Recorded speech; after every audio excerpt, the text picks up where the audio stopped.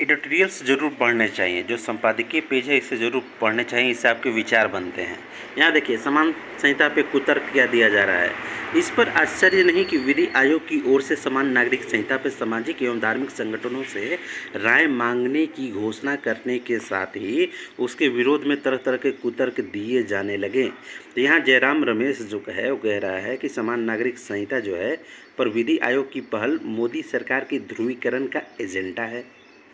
क्या वह यह कहना चाहते हैं कि संविधान निर्माताओं ने ध्रुवीकरण के किसी एजेंडे के तहत ही अनुच्छेद 44 में यह लिखा था कि देश के सभी नागरिकों के लिए समान नागरिक संहिता लागू करना सरकार का दायित्व है? ये उनको जवाब देना चाहिए ना कि भाई कांग्रेस वालों ने ही तो अनुच्छेद 44 को संविधान में लिखा था।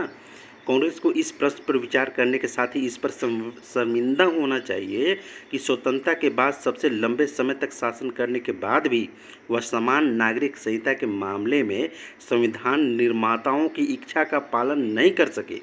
यह मानने के अच्छे भले कारण हैं कि उसने ऐसा जानबूझकर किया, क्योंकि उसने तमाम विरोधों के बाद भी हिंदुओं के निजी कानूनों को संहिताबद्ध कर दिया था।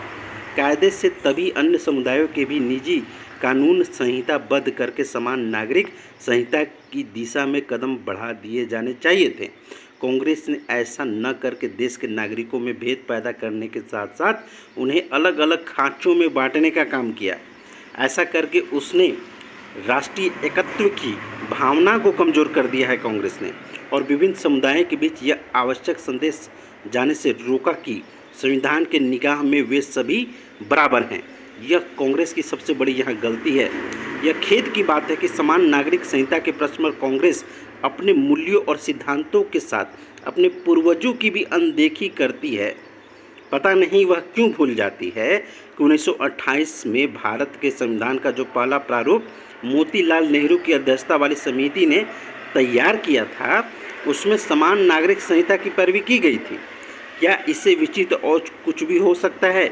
एक समुदाय के यानी मुस्लिम समुदाय के निजी कानूनों को एक समुदाय के निजी कानूनों को संहिताबद्ध तो कर दिया जाए, यानी हिंदू समुदाय के जितने हमारे कानून हैं सबको तो आपने संहिताबद्ध कर दिया, लेकिन अन्य समुदायों को उनके निजी कानूनों के हिसाब से चलने दिया। जैसे इस्लाम, मुस्लिम, तो इनके समुदायों को उनके निजी कानूनों के हिसाब से चलने दिया जाए। और भी तब जब ऐसे निजी कानून कई तरह की सामाजिक समस्या पैदा करने के साथ महिलाओं के हितों पर कुठाराघात करते हों।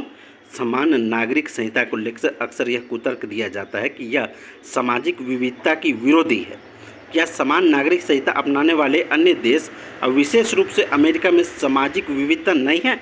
एकदम है। भारत में भी सामाजिक विविधता होगी।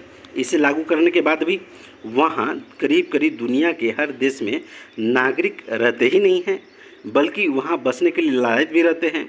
अपने देश में भी गोवा में समान नागरिक संहिता स्वतंत्रता से पहले लागू है। विरोधी दलों के नेता समान नागरिक संहिता को लेकर कुछ भी कहें, यह वह विचार है जिसके अमल का समय आ गया है। तो निश्चित रूप से मैं तो पूरी तरह से ये जो समान नागरिक संहिता है इसके पक्ष में हूँ।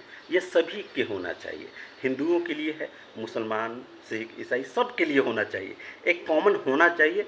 मैं इसमें सहमत हूँ, इसके साथ लाइक कीजिए, शेयर कीजिए, सब्सक्राइब कीजिए। Thank you.